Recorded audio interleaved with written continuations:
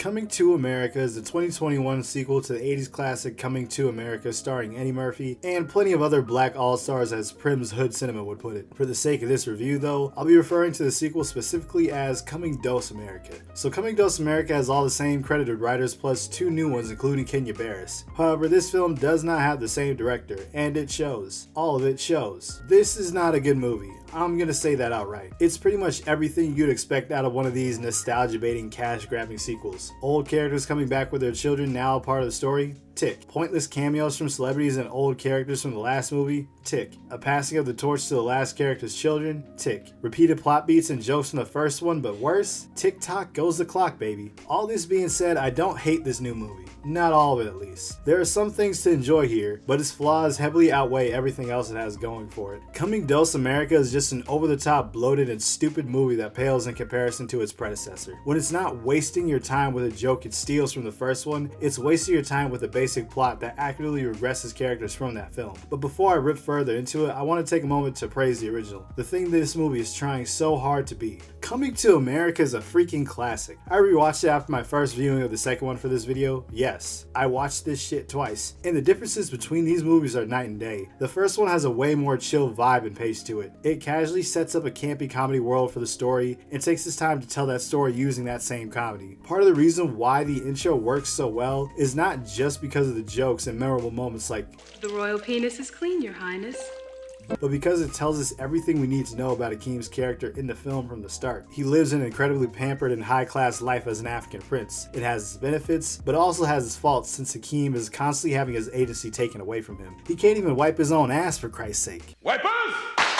That's why we don't question it when he talks to his parents about it at the dinner table. It's also why his character is so happy to finally be on his own in Queens. Yeah, he ends up living in a shithole at first, but at the end of the day, it's Akeem's shithole. The same can be said about the scene where he meets the barking girl Imani, and the dinner table scene, or just any time Akeem is talking to his father. There was genuine effort put into the writing to make it work beyond the superficial nature of it. Lisa and Akeem work well as romantic interests, and as well as because of how their fathers tried controlling their love lives by arranging marriages. Though in Lisa's case, she didn't know about it. Her backstory is also a big part of this movie too. We see part of her life with her family and her boyfriend Daryl. We see the interactions with her and Akeem, which makes us root for them even more since Daryl's an ass. Lisa's a strong love interest because that's not the only thing that can be used to define her character. I could go on about the other characters and moments that were significant, but you guys get the idea. It's hilarious and is considered a classic for a reason. People like the movie for its story and its comedy, not because it tries to mimic another film. It's a great movie that still holds up well today and is honestly my favorite rom-com of all time. Coming Dos America is the sequel that was bound to never live up to it. The few things I like about the film come in the form of some occasionally funny lines. My favorite new one is when Lavelle tells Simi that he looks like a slave from the future. That was actually pretty funny. The barbershop dudes also have some funny lines too. These guys gotta be like 100 years old since they haven't keeled over yet. I also like a lot of the actors in here old and new, like Jermaine Fowler from Sorry to Bother You and Kiki Lane from Beale Street. I actually thought they both did a decent job here for the most part. Most of the old characters from the last time are good for the short time that they are here. However, I just didn't really care about any of these new characters here. The performances aren't bad from everyone, but this movie doesn't really give them or anyone else a chance to shine. John Amos is only in here for like 4 or 5 scenes max, and he was easily one of the funniest people from the last movie.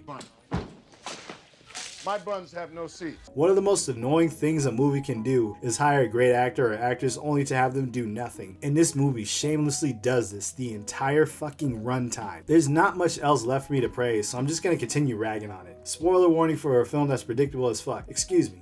AF. One of the first things that's different immediately is the tone. Coming Dos America is way sillier and more over top than the first one in every way. This is especially apparent anytime Wesley Snipes or anyone from Next Door is on screen. These dudes are supposed to be the main bad guys of the movie, but they use Shake Weights and Dance Dance Revolution to train their soldiers. Isn't that hilarious, guys? Coming to America knew when to tone the shit back for the serious moments. It could do this while still knowing when to have a joke, or just deliver a funny joke. This movie, on the other hand, feels like it's trying to make you laugh with stupid shit and jokes they steal from that movie. To be fair, I like my fair share of stupid shit and the things I like too, don't get me wrong. But it gets to a point where it stops being funny and just starts getting pretty cringy. So much so that they make a whole stupid joke out of King Joffrey's death. This man dies standing up in his coffin while Gladys Knight is singing a comedic goodbye song with the dancing choir in the background. All things that followed other musical acts and Morgan Freeman giving the eulogy. This scene is a prime example of bad tonal whiplash in a film. We can't take it seriously because it's over the top and stupid, but at the same time, it wants us to take King Joffrey's death seriously while being needlessly over the top and stupid. The first movie would not have handled a character's death like this if it had one. And I'm gonna keep comparing them since this movie wants to rip it off down to its fucking name. Don't think y'all are slick with that 2 in the middle. Akeem finds out from the new character played by Arsenio Hall that's some weird oracle shaman Rafiki type guy that he has a bastard son left behind in the States on his anniversary. The movie's gonna keep reminding you he's a bastard too. Like the more you hear it, the more it thinks it'll make you laugh. I also find it funny how they have to create this whole new Oracle character to justify Akeem even finding his son as fast as he does. Doesn't even take a DNA test when they get to the States either. Now Akeem has to go back to Queens and bring him back to Zamunda, all to train him to be prince in this series of princely trials, all while Lavelle is getting ready to marry Teyana Taylor from Next Doria, so General Snipes doesn't attack Zamunda. However, he has feelings for his barber, Mirembe. Akeem came to America to find his wife. Now his son Lavelle has to come to Zamunda to find his. As cool as that is in concept, the romance aspect isn't compelling or memorable in the slightest. It tells us Lavelle's love interest backstory through dialogue versus actually seeing Lisa's in the first one. It's a really shallow romance in comparison. You can make the argument that in both films the characters were really quick to marry their lovers, but you can't tell me their romance is as interesting as Akeem and Lisa's. The actors themselves aren't even bad, it's just not a strong romance. I said the characters regressed from the first one, but now I want to talk more about that. Prince Akeem was a badass in coming to America. Despite the silver spoon, he showed himself to be capable of handling situations when he and Semi took out Samuel L. Jackson. We also got the bow staff training at the beginning of the movie. This is some badass shit for a rom-com. Now tell me, watching that movie, did you guys think that Akeem would be a weak ruler for Zamunda at all? A man who boldly traveled to a whole other nation and chose to live in the slums with a simple job after having everything given to him his whole life, all with the goal to find his true love. No? Well, Coming Dos America says otherwise. Cause now, according to dying King Joffrey, Akeem is viewed as weak for marrying an American woman and for being a pampered prince unfit to rule as the next king. He blames himself for babying Akeem and being the whole cause of all this. Which is weird since we later learned from Mirembe that the people of Zamunda still fondly remember the story of how Akeem sought his own path to find a wife. So which one is it? Why does King Joffrey all of a sudden change his position from the end of the first movie? What's also weird is that this movie tells us Akeem is weak and not fit to be king like his father, but it also says that he went through the same princely trials that Lavelle has to go through in this movie, like taking the whiskers from a farting lion. Again, which one is it? Is Akeem weak or not? Did we get a happy ending or not? They bring King Joffrey back and regress his character by making him the biggest asshole on his deathbed. He's even really mean to Semi. And it's also telling us his change of heart at the end of the first film is now gone. Like, how does Lisa even feel about any of this? I don't know, since she's barely in the fucking movie. Something tells me this is Kenya Barris coming through since he thinks a grumpy old dad being mean to his family is funny in his TV shows. So much so that he played as one himself. It's odd for them to write it like this. It low-key ruins the last movie's ending, yet it still wants to give off the vibe that the last 30 years have been nothing but happiness for Akeem and Lisa at the beginning. While making Akeem a pushover though, they make him more like his father too. Here he's more loyal to tradition that oppresses women in Zamunda, in contrast to his previously displayed respect for women last time. Only to drag out the plot of him not letting his eldest daughter Mika rule, only to eventually make her next in line anyway after she beat up General Izzy. Like, who didn't see this shit coming? You can argue that people change a lot in 30 years, but I'll just call it lazy writing. General Izzy also immediately yields to Mika when she beats him. Like, all it took was Semi and Akeem's daughters beating up him and his men with sticks to get them to chill out. Too bad Akeem couldn't have done something like that.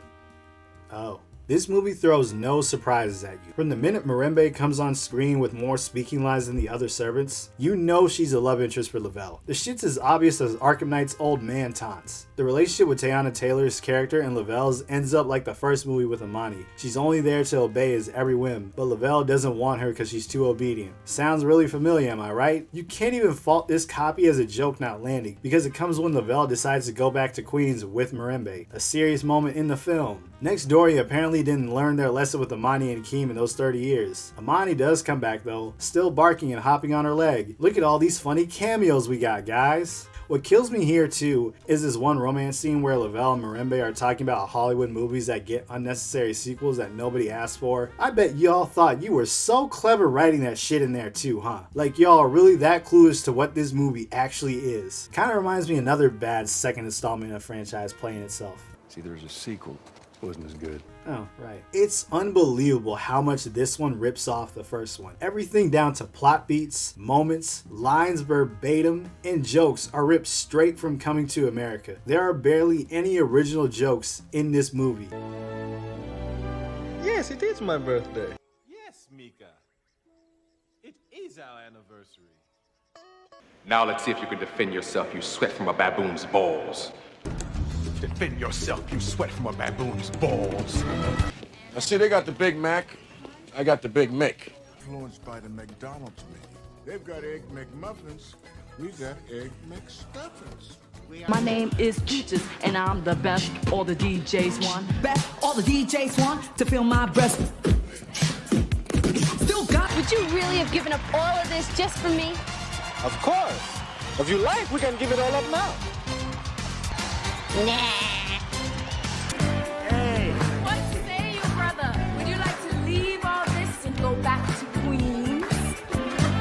Nah. They even shove in an after credit scene just to redo the damn "hey, is that Velvet?" joke like there wasn't enough of this shit in the movie already. Every time Coming Dos America makes any kind of reference to the first movie, you might as well just have the characters look at the camera and say, go watch the first movie. It wouldn't be any different from what you're already doing. I could go on for way longer about how bad this movie is, but you guys get the idea at this point. I will take the remaining time to talk about the thing that honestly bothered me the most about it, something way worse than the bad jokes and plot, and that's how they retconned the first movie by adding Leslie Jones' character Mary, all to explain why Akeem even has a son. Before King Joffrey's funeral, Akeem, Semi, and the Oracle guy meet up with King Joffrey on his deathbed. Here we get Semi explaining how one night where they were bar hopping like in the first movie, he meets up with Mary and her friend. He ends up convincing Mary to take care of Akeem while he slept with her friend. Only Mary took care of Akeem as drug him with marijuana and have sex with him while he's unconscious. Funny cause Semi explicitly told Akeem that he was not having sex since they got to Queens in the first movie, and it's one of the many reasons why he was so frustrated the whole trip. Like I said, retcon. As a result of this though, Mary is pregnant with Lavelle. This one stupid ass scene is honestly what told me how the rest of this movie was going to be moving forward. They play off the discovery of Akeem getting date raped like it's a fucking joke. Like it's just one other wild thing that happened on their Queen's adventure and not the predatory act that it is.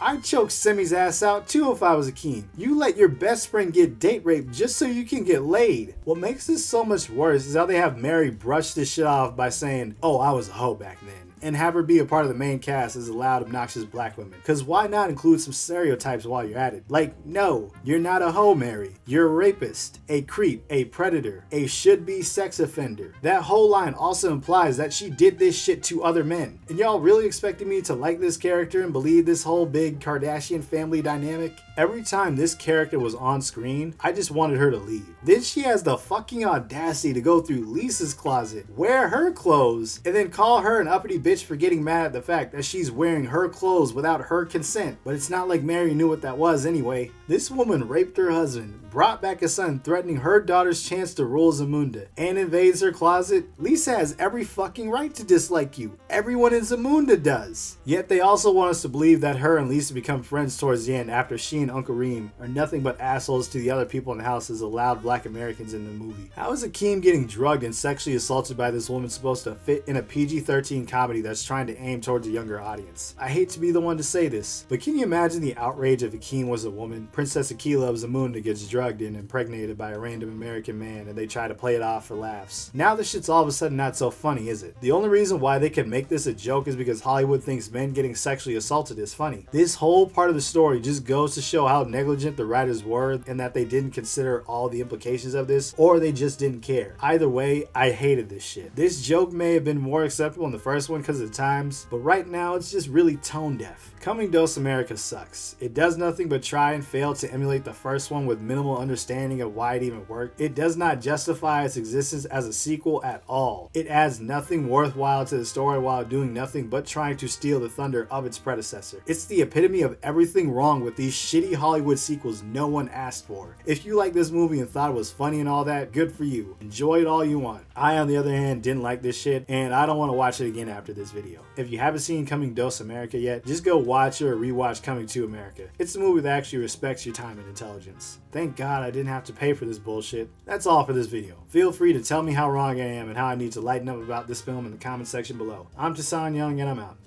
Be easy out there.